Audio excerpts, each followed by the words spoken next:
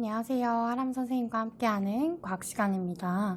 자, 오늘은 화학 반응식이 끝나고 그 두 번째 이어서 해보도록 할게요. 자, 화학 반응 교과서 106쪽입니다. 화학 반응식에서 우리가 개수에 대해서 살펴봤는데요.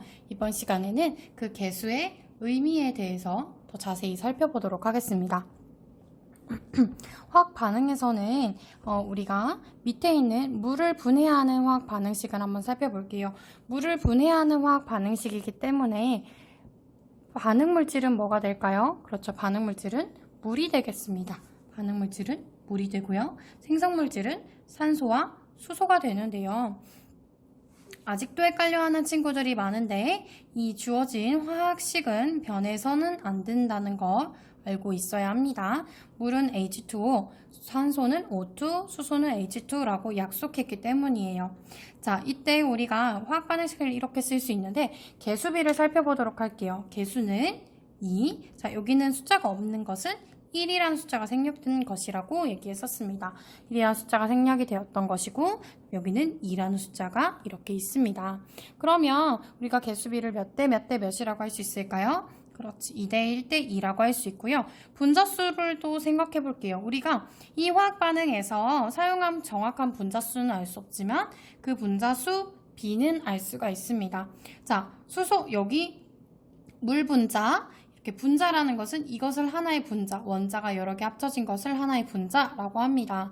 동그라미 하나가 원자라고 했으니까 여러 가지의 원자들이 합쳐진 것을 분자라고 합니다. 그럼 여기서 분자 몇 개? 2개.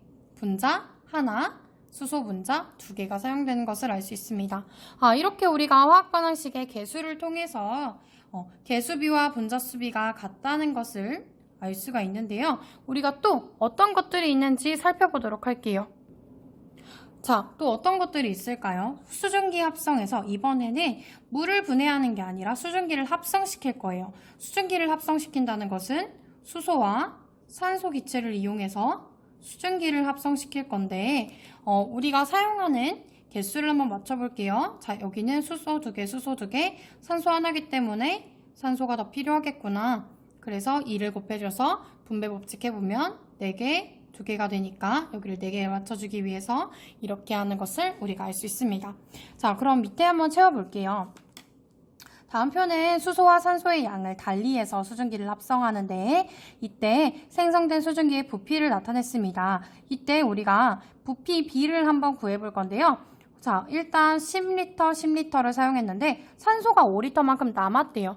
5L만큼 산소가 남았다는 것은 실제로 반응에 참여한 것은 5L만큼만 반응에 참여했다라고 할 수 있겠습니다. 그러면 생성된 수증기의 부피가 10이기 때문에 10대 5대 10은 2대 1대 2라고 정리할 수 있겠습니다. 자, 여기도 계속 해볼게요.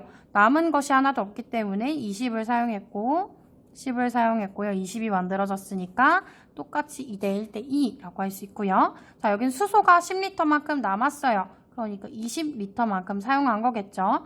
여기도 똑같이 20대 10대 20이기 때문에 2대 1대 2라는 걸 알 수가 있습니다. 그럼 우리가 이 화학 반응식을 위에서 이렇게 나타냈는데요. 부피비와 개수는 어떤 관계일까요? 네, 같습니다.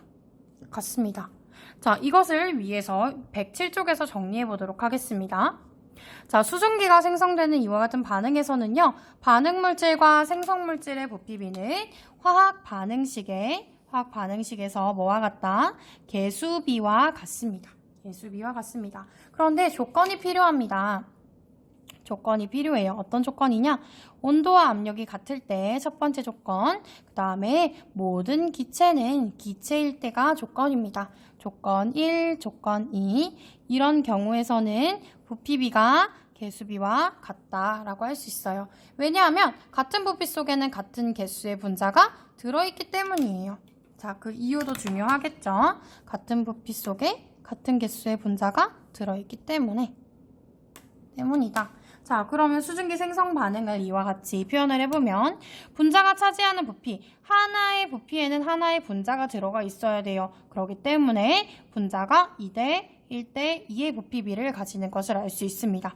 왜냐하면 이 상자 하나, 분자가 차지하는 이 부피 안에는 반드시 한 개의 분자가 들어가야 되기 때문이다. 이렇게 우리가 정리를 한번 해볼게요. 그러면 자, 우리가 개수비를 통해서 개수비가 분자수비와 같다는 것을 알 수가 있는데, 반응물질과 생성물질이 모두 기체이면서 온도와 압력이 같을 때에는 또 뭣도 같다? 그렇지. 부피비까지도 알 수가 있다.